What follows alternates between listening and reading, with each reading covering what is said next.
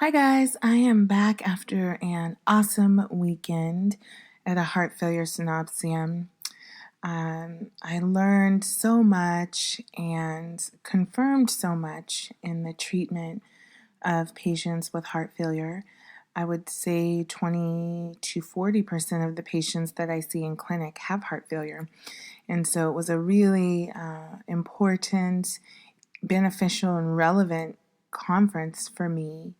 One part definitely saddened me towards the end. They had a patient panel with some people who were post heart transplant and left ventricular assistive device, or LVAD. And they talked about some of the hurdles to going through that process. And it really sat heavy on me that a lot of us in my culture are not going to be candidates for these type of therapies, be it heart transplant, be it LVAD, because to get on the transplant list, you have to meet a number of criteria that I am afraid a lot of us don't meet. The biggest portion of that was social support. And a lot of that social support has to do with available caregivers, somebody who can be with you all of or most of the time, especially in the interim period, whether you're waiting for a heart or whether you have a newly transplanted heart. Because a lot of us are working, because a lot of us don't financially have the money. Listen, these people had to pick up and move to Seattle be prepared to be in Seattle for 3 months. One of the guys on the panel said we had everything ready in 2 days. We got the call and we're ready to go in 2 days. And I just thought, this is when I just want to break down and cry in these rooms. I was the only Black female medical provider in the room. There were only 2 other Africans in the room, one registered nurse and one internal medicine physician.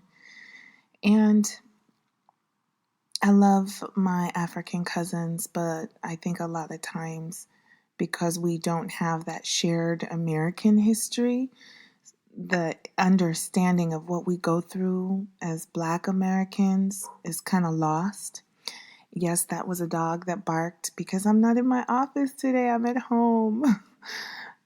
So pardon the background noise, but it hit me like a ton of bricks. This is not a viable option for most of us. And if y'all get sick of hearing me talk about blood pressure, if you get sick of hearing me talk about exercising and eating, I really want you to understand why. Heart failure is caused by diseases of obesity, poor nutrition, excess weight. What heart failure is when your pump is weak, when your heart doesn't pump well. And it doesn't pump well because, the coronary arteries are blocked, which again is a condition that comes about by poor diet, inadequate exercise. Genetics can play a role, but we do have pills for that. And I know that we are a very prescription drug averse culture, but when I look at outcomes for us and other people, it breaks my heart. Like, this is the whole reason why I'm here, the whole reason why I do what I do, because I was that kid who lost my aunt, when I was 8, who lost my grandma when I was like 9, who lost my other grandma died when she was 34. My daddy was only 7. My grandfather died in his 60s from kidney failure. My grandmother died in her 50s from heart failure and pulmonary hypertension.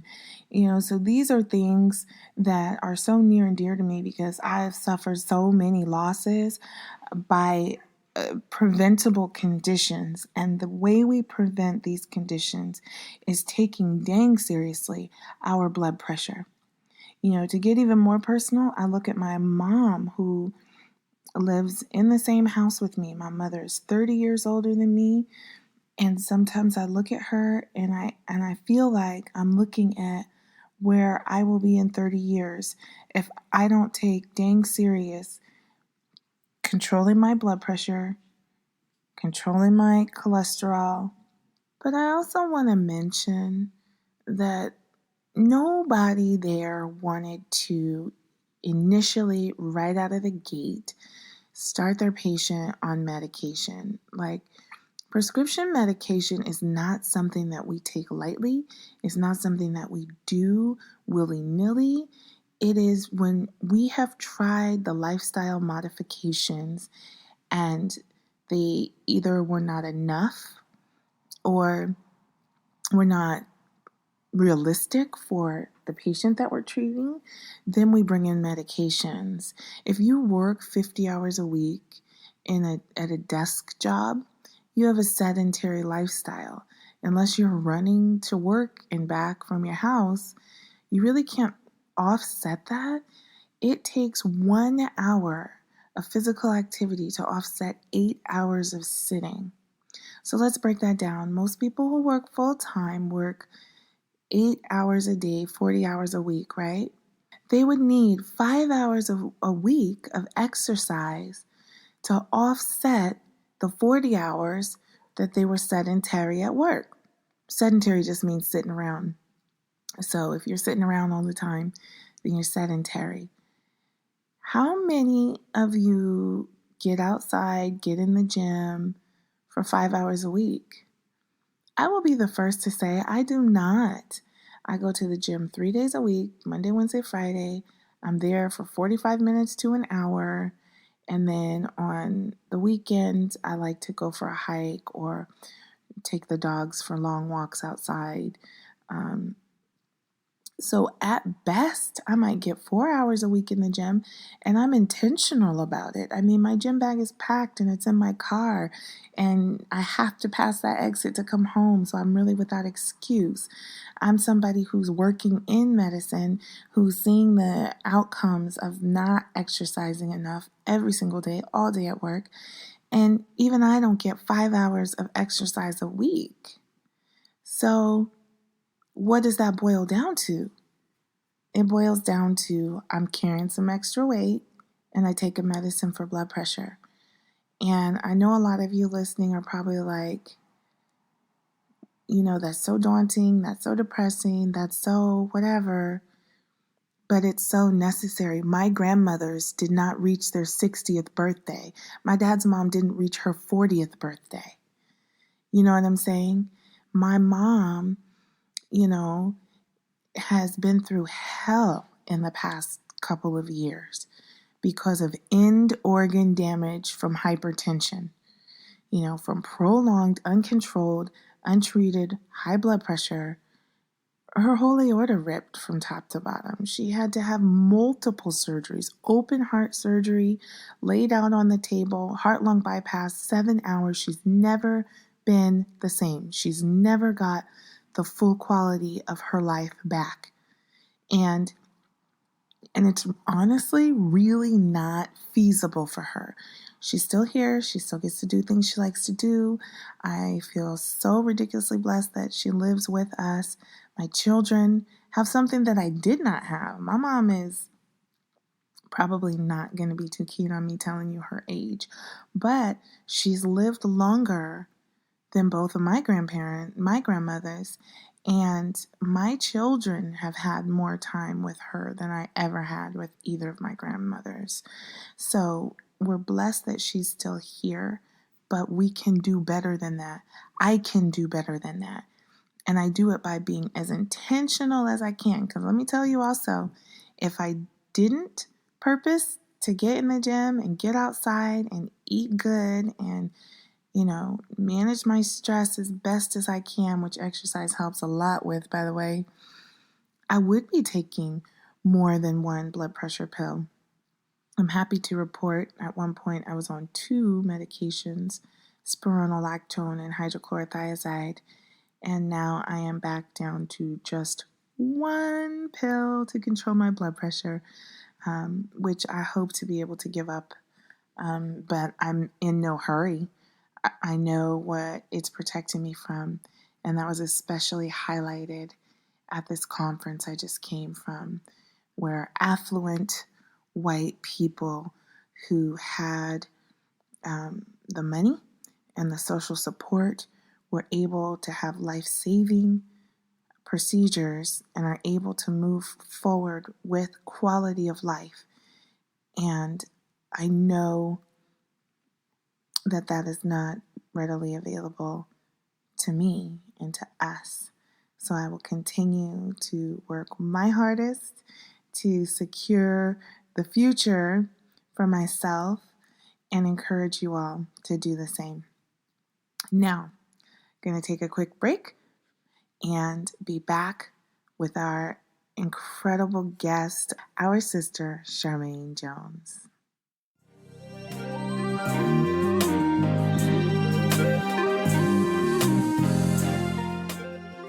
Did you all know that October is Breast Cancer Awareness Month? By now, you've probably seen the pink, the races, the ribbons, and hopefully you have been paying attention. For the first time, incidence of breast cancer in Black women is equal to that of white women. That's huge. That means we are making strides in identifying, diagnosing, and treating breast cancer earlier than we have been previously. Black women under 35, however, have a higher diagnosis rate than their white counterparts and are 3 times more likely to die from breast cancer. Listen, it's the most commonly diagnosed form of cancer in Black women, and we are more likely to be diagnosed in stage 4. Early detection is key. Do you know the signs and symptoms of breast cancer? They include feeling a thick area in the breast, dimpling of the breast, crusting around the nipple, a red or hot spot on the breast, new fluid coming from the nipple, skin sores, bumps, a growing vein, sunken nipple, new shape and size of a breast, orange peel skin, or a hard lump. Now, if I went through those too fast, go to knowyourlemons.com and you can review them again. Now, screening mammograms are covered by most insurances starting at age 40. Were you listening? I just said that we are more likely to be diagnosed under 35 than our white counterparts. So what do we do if the mammogram is not covered until we're 40? Well, did you know you can ask for a diagnostic mammogram if you have any of these findings or symptoms? Screening mammograms aren't recommended and are usually not covered until age 40. However, diagnostic mammograms can be ordered when you find those signs or symptoms. All you have to do is go to your primary care provider or your gynecologist and let them know what you found. Hey, I've been through this process myself and it was terrifying. I'm not going to minimize it for you at all. I found a lump in my breast.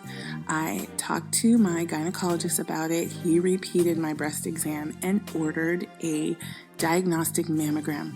That was on a Monday. I had to wait till Friday to have the test, and those were a long 5 days.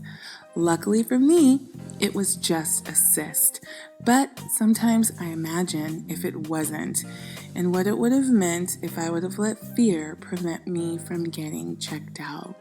Don't let fear prevent you from getting checked out. Knowledge is power. Be empowered, ladies. Early detection is key. That way, cancers can be found and treated in a timely fashion. Some of the risk factors for breast cancer include age. Most cases, women are over 55. Starting your period before age 12. Menopause after age 55. A family history of breast cancer. Genetic mutations, that's BRCA1 or BRCA2. A personal history of another cancer, a history of radiation treatment, long-term use of birth control pills or hormone replacement therapy, excessive alcohol consumption, and no pregnancies or a first child after the age of 30. Also, excessive body weight, especially after menopause. So, reduce your risk by controlling the risk factors. There's nothing we can do about aging, being female, or when we started our period, but we can lose excess weight, decrease alcohol consumption, and have a conversation with our healthcare provider about our hormone therapy, birth controls, or hormone replacement therapy. Check out the link in the show notes. Now, let's get back to the show. Oh my gosh, I love this woman so much. I don't know if you guys have ever met somebody that you just right away were like, oh, okay, my spirit bears witness to this person's spirit. We are kin. So sweet. And I hope you'll go and follow her on social media. I hope if you're in the DC area, you will see what events that she's participating in and show up and support our sister, Charmaine Jones. Well, hello, Miss Charmaine Jones. Hi. How are you, Devin? I'm wonderful. How are you? I'm great. I have to tell you, I've been recording the podcast for 15 or so episodes, and I keep reaching out to listeners saying, hey guys, what do you want to hear about? What do you want to know about? And the number one thing I always get as a response is, help me with this eating thing. I'm a family nurse practitioner, and I help manage chronic illnesses. I help, with preventative care and just helping people stay well. But when it comes to the basics, the very basics, a lot of times people just don't know where to turn. And I kind of want to just start by talking about what a registered dietitian is, because there are a lot of, internet experts and nutritionists and dietitian and all these different labels that we hear. I'm in the medical field, so I know if I want this info, I'm looking for a RD. But can you explain to people who don't know what a registered dietitian is, what it is? Of course. A registered dietitian nutritionist is the nutrition expert. We are credentialed. We're totally different from nutritionists, regular nutritionists or holistic nutritionists. We are evidence-based. We are evidence-based professional group, which means that we practice based on what the science and what research has proved or showed that works. We are more clinical as well. So we have an intensive clinical background where we do an internship in a clinical area where we practice and learn medical nutrition therapy to provide those individuals who are suffering from chronic illnesses such as diabetes, hypertension. So we have those tools and those skills, skills to provide therapeutic counseling and information to those who are living with a chronic condition. So that is the big difference between a registered dietitian and a general nutritionist. Gotcha. So we do position ourselves as the expert because we are the expert when providing proper nutrition education and recommendation to the public. And it's such an important role because a lot of what I talk to patients about in clinic is the pathophysiology of their disease. It's the medications that we're using, the side effects, the interactions. We don't often get to really dive deep into their diet. Now, I often, with my heart failure patients, I'll do a 24-hour diet recall. And this is the most teaching I do. This is probably going to make you cringe. But this is the most I do in a heart failure appointment is I have, those pens with the 4 different colors. Don't take my pen. I'm serious about my pen. I have them list off everything they had to eat and drink in the past 24 hours. And then with green, I circle all the great things because I never just want to, make people feel bad for the mistakes. I always want to highlight what they're doing well. If it's water, if it's vegetables, so on and so forth. And then with my red pen, I will circle the things that we need to look at, work on, and provide some written education, usually with heart failure. That's about dietary sodium. Right. That is the most I can do in a visit, in an office visit, because we're pressed to do, the history and the physical exam and all the meds and all of that. So I'm just so grateful to have found someone in the community who is doing this work. Now, a lot of the people that were reaching out about nutrition wanted to know some pretty specific things. It's the convenience foods that a lot of my clients struggle with. They don't have the time. And that's what it boils down to. They're driving through, They're ordering in. And so people were wanting to know if you had to create a transitioning to healthy eating starter kit, what things would be in it? What would be in that kit? Okay, what would be in that kit? Well, first, because we do have a transitioning starter kit, and we do put things in that kit. First thing that I would definitely always have is a step-by-step guide of what is healthy eating. Okay. That is so important because people still don't get what is healthy eating. And healthy eating can be as simple as you think it is. The second thing that I would definitely include in that kit is how to read food labels, right? Because most people think when they go into the grocery store, they're picking out the best food. But if you do not understand exactly how to read the label, picking out some healthy foods can be very misleading, or so-called healthy foods. Right. Food marketers have a way of marketing certain things that make you believe that this is the best thing ever. But if you don't have that skill in reading food labels, you can get misled and buying things that you could have just bought way cheaper and tastier, and get the same nutrients. Another thing that I would have in my snack kit is some healthy snack combinations. That is one thing that we go wrong with. And a lot of people are always, they miss that step of what to have a snack, So I always tell my clients a good, well-balanced snack is one, if you have a carb, and you must always have a protein. So a carb and a protein always work together. For an example, 10 grapes and a string cheese. That is perfect carbs. That is portioned properly. Notice I didn't say a bunch of grapes. I said 10 grapes with a string cheese, or with a handful of almonds, which is equate to like 10 to 12 almonds. So you definitely need a combination of healthy snacks. And also, a lot of us are busy.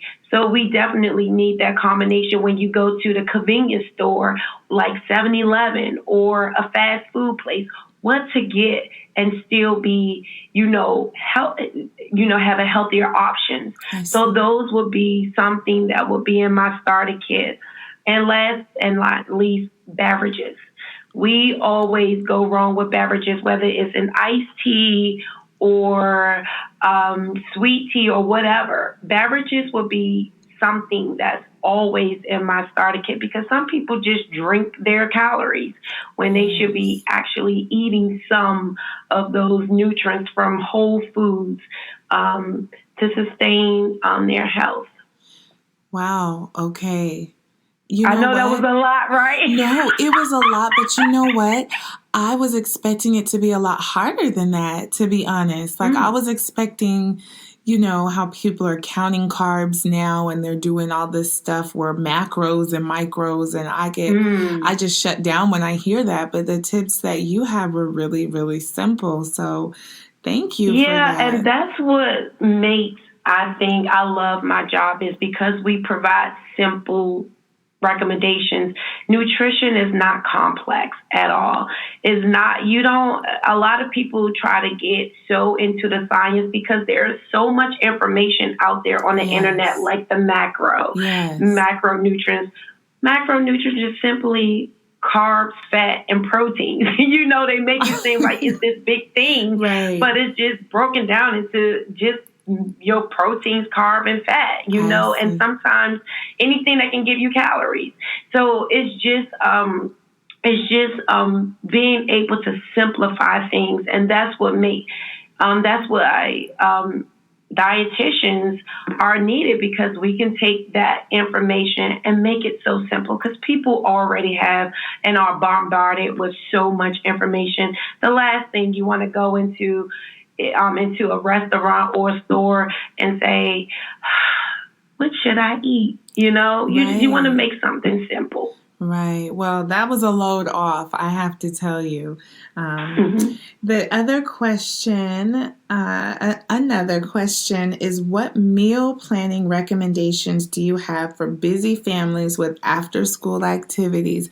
And I know that's a very specific question, but when I saw that, I had to think about my own life. I have 2 of my 3 children are still at home, and they have band after school, they have track after school, they have basketball. And not only are they coming in and taking off clothes and changing into different clothes and turning around, but my husband and I are rushing in and out and doing that similar thing. You touched on that a little bit with the last question, those good snacks with a carb and a protein. What about dinners? What about this kind of after school window? Yeah, so I always encourage people, choose a day that is the least busiest day. Most days are Sundays because you're chilling on that day, you're relaxing. So that day, I always recommend for dinners, try to make 2 to 3 meals at one time. So it seems like a lot, but it's not. So you choose one protein, hypothetically chicken. Why can't you do a chicken stir fry, and you can take the remaining of that chicken and make a chicken salad, and or you could take some more of that chicken and make chicken pasta. So though you have one protein and you just made 3 meals that you can definitely pre-package and store it, and then all you have to do is just warm it up when you get home. So it seemed like a lot of cooking, but in the long run, it saves so much time throughout the week, and it definitely saves money. You know, you can just, and it's healthier. You know what's in your food. When you go to a restaurant, you typically eat what they give you. So if they load your French fries or your pasta up with salt, you only eat that. So you have that control when you home. A whole chicken, half can be used as chicken stir fry. You can get frozen vegetables, quickly saute, stir fry that. Then you can, at the same time, boil pasta, add a little bit more vegetables from the stir fry to the pasta, and then you have chicken salad, low-fat mayo, chop it up with onions, and that's it. It's so completely easy. It's 3 meals for 3 days. And you're already in the kitchen. Go ahead. Like, I'm already in the kitchen. I'm already in cooking mode. Like, that's brilliant. I never thought about doing more than one. I'm just like, oh, lucky family, they get to eat home cooked today. Well, I always you could just do like I said, one protein can make 3 or 4 meals. You know, try to get whole chickens and whole meats. So you could just chop it up and just make, and stews. And soups are the best. You're just saying so many things that I love, and I hope the listeners are picking up on this too. You mentioned pasta. If you listen to all the stuff that's out right now, pasta is the devil, but not if you're I making your know. own. I tell my patients all the time, cooking is the key. Right. There's so And much carbs hidden. are not the devil. Geesh. They're really not. They're good. And Yes. everything we pretty much eat has carbs. So why do you want to eliminate a whole food group? I don't. Right. Right. I love I carbs. know. And all you have to do is just portion it and select better types of carbs. No one told you not to eat carbs. We just tell you to eat better choice carbs. Everything pretty much have some type of carbs in it. You can eat carbs and not gain weight unless you have a specific problem, medical condition like celiac disease or irritable bowel disease or something like that. But for the most part, a half a cup of pasta, whole grain pasta with chicken is not going to make you 400 pounds tomorrow. There it is. Y'all, that was half a cup and whole grain, okay? Half a cup cooked. Okay. Gotcha. I got a couple more questions for you. This one I really love. And I have to say, it drives me crazy when patients come in and they've heard all about this diet and it works really well for a friend or for a family member. They lost 80 pounds in 8 days and now they want to do this. And I'm just like rubbing my temples trying to explain when you have high cholesterol, you don't want to do a diet where you're allowed to eat bacon every day and sausage and eggs, So this question says, if you had to choose from one of the following diets, which would you choose and why? A, the keto diet. B, no. A low-fat diet. C, a vegan diet. D, intermittent fasting. Or E, none of the above? If I had to choose, I would choose the low-fat diet. Okay. I would choose the low-fat diet, one, because you're not giving up carbs. Two, you're making better lean protein choices. So you're doing lean meats, which reduces a lot of fat. And actually, you're going towards you're actually lowering your risk for developing high cholesterol or obesity or some type of cancer. That it all correlates to a high fat diet. So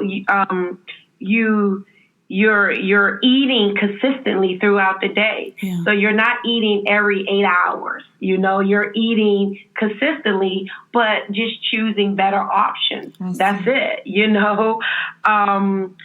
So a low fat diet is definitely what I would choose. And most importantly, you're increasing your fruits and vegetables. So that is a diet that I believe is the best diet for someone who wants to stay healthier, who wants to, live a healthier lifestyle and not be bothered of being deprived for number one. Because when you go on a diet, you definitely cut out a food group that take away some of your favorite foods, and then you become deprived. So deprivation you will not experience that on a low-fat diet. You just choosing better protein options.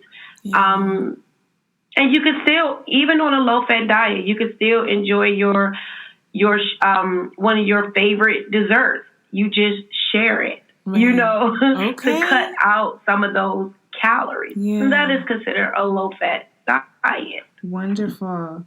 I was curious if you were going to pick the vegan diet because there's so much of that discussion happening online and in the world. And one of the things that I notice with my vegan, not all my vegan friends, I have some vegan friends who really are just, plant-based and everything like that. But one of the things that I notice is there's so many meat substitutes that are so full of some stuff. And I look at the label and I'm like, I can't pronounce this stuff.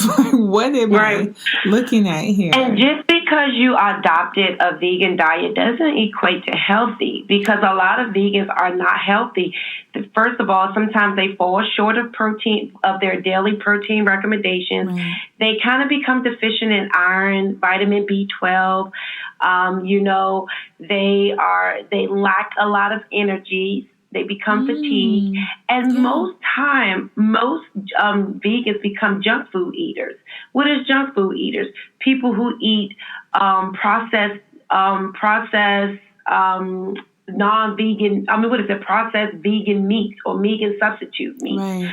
That's considered a junk food vegan. Eating more carbs like French fries. You might as well just eat the burger with, Get your protein with your carbs. So they are, a lot of that processed vegan meat substitutes that's in your grocery stores are considered literally junk foods. So if you're going to do a vegan diet, you definitely need to speak with a registered dietitian to help you get started the right way and to monitor you and make sure that you're including all of those nuts and seeds and meeting your recommendations, meeting your carb recommendations, your fat recommendations, and protein recommendations, so you can sustain your body and sustain a realistic, healthy lifestyle. Right.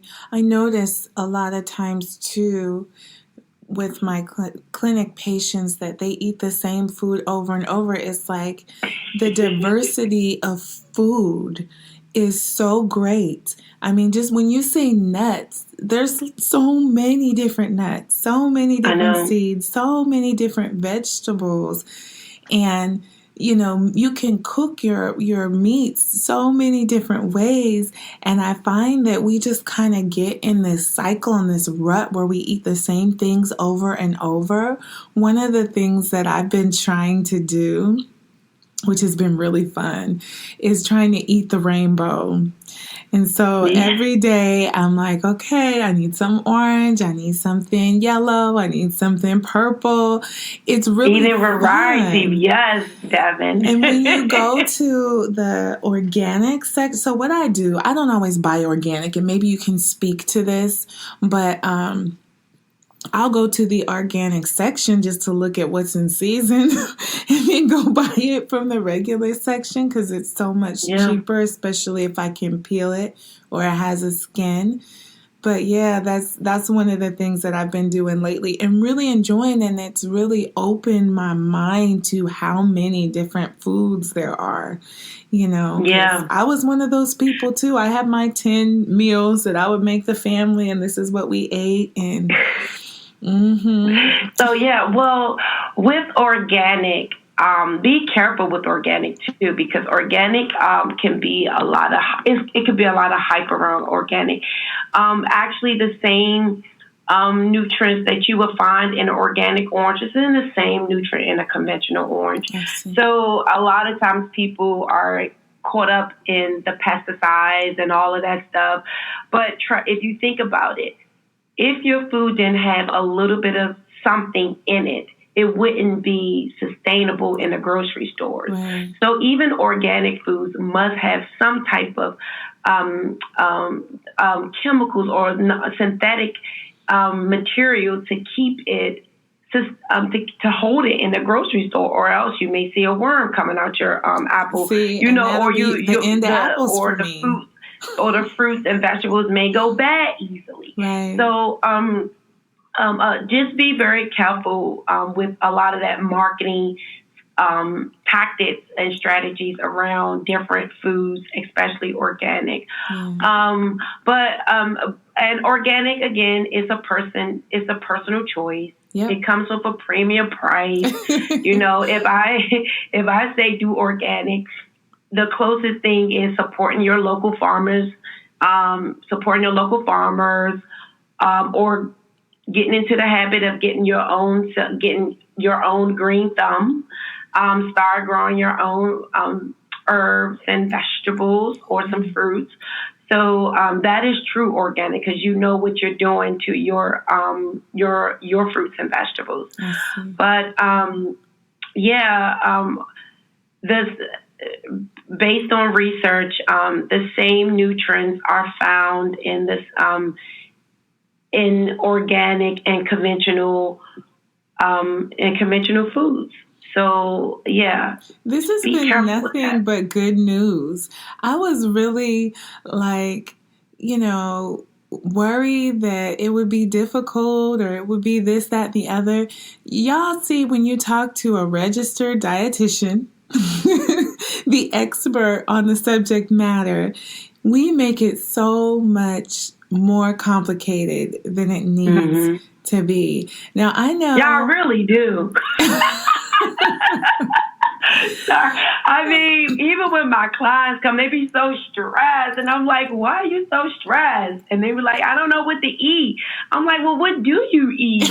And then they get to tell me, and I'm like, okay, let's just cut some of the portions down. Yeah. Let's just tweak it a little bit. It's not... I don't know, y'all. Sometimes it stresses me out. We do too much. Well, I know you probably have a message for the community. I'd love for you to take a minute and just share with the listeners, whatever's on your heart to share. Listeners are all ages, mostly 20 to 70. I think I haven't had anybody check in over 70. If you're out there, let me know. And also, please tell us where we can find you, both online and in person. I'm ready to go look at this starter kit myself. You mentioned that you have a starter kit and some resources, so we'd love to know where to find you as well. Okay. So one of my messages is I always tell everyone that I come in contact with that when you decide to get on this healthy eating journey, it's a journey, it's a lifestyle, it's not a marathon. You don't have to rush into anything, and you can just take baby steps into making healthier decisions and eating healthier foods. You don't have to go vegan tomorrow. You don't have to stop eating carbs today. You could just make simple changes, baby changes to improve your lifestyle. And don't forget exercising. Exercising is one of those things that we always miss out on too. And you don't have to go and do a high intensity exercise that just have you just flabbergasted. You could just take a nice walk, 30-minute walk on a treadmill, just for clarity. Nice. So look at healthy eating. This journey is not only just healthy eating, but it's a spiritual journey. It's a wellness journey. It's getting you back in one is eating healthy, exercising, self-care. All of those things go hand in hand. So you always want to, like I said, take your time. And even if you relapse or you say, oh my gosh, I ate this, I wasn't supposed to eat that. It's okay. You can start back over tomorrow, and food is for us to enjoy. And just like Devin said, eat the rainbow. Eating a variety of fruits and vegetables, making half your plate green leafy vegetables, eating only a palm size of 3 to 4 ounces of lean meat, making your starchy vegetables a half a cup. Those are little things that we dietitians tell people. We don't tell people stop eating carbs. We just say choose better carbs. Yeah. Make half your grains whole. For some good resources, go to My Plate. Michelle Obama did a great job with getting that information out there. Go to the Academy of Nutrition and Dietetics to find a registered dietitian in your area that can specialize and help you with cultivating or getting a good life, choosing a lifestyle that is for you, and most importantly, realistic. So the Academy of Nutrition Dietetics lists all dietitians that's in your area, that you can just seek out and find that guidance. You can find me at Food Jonezi, FoodJonezi. I'm mostly active on Facebook and Instagram. You can also visit my website and look at the events that we're having. We always host cooking classes, healthy cooking classes in the DMV. So you can take a look at what we do. And if you just want to shoot us an email and ask questions, I work with a team of awesome dietitians and chefs that can answer your questions. We love getting questions and receiving feedback.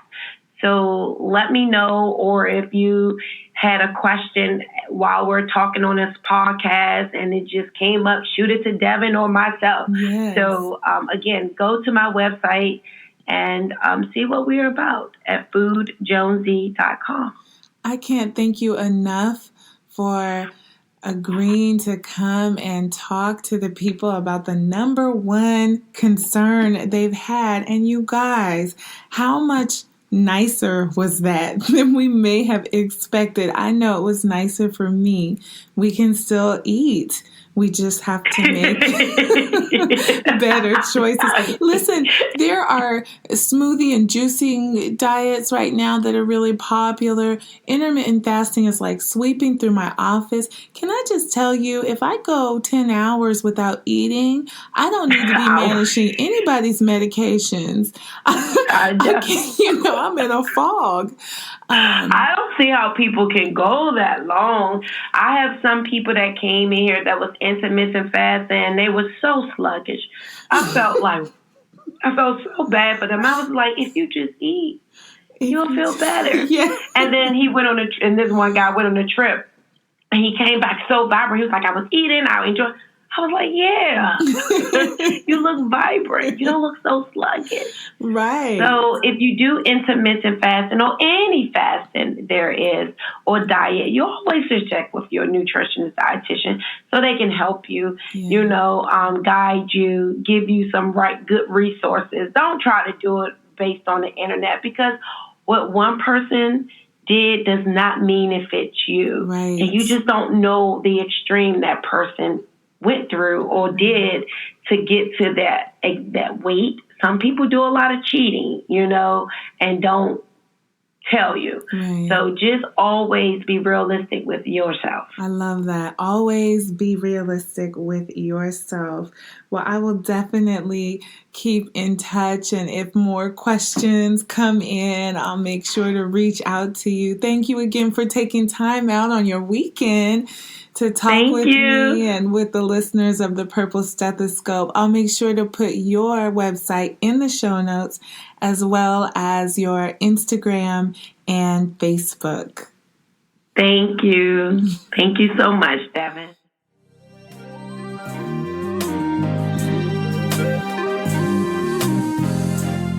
Thank you for listening to the Purple Stethoscope. I'm your host, Devin Nixon, family nurse practitioner. You can find me on social media at DTheNP. That's on Twitter, Facebook, Instagram, and now Patreon. If you liked what you heard, go ahead and share this episode, and then head over to Patreon to see how you can further support this work.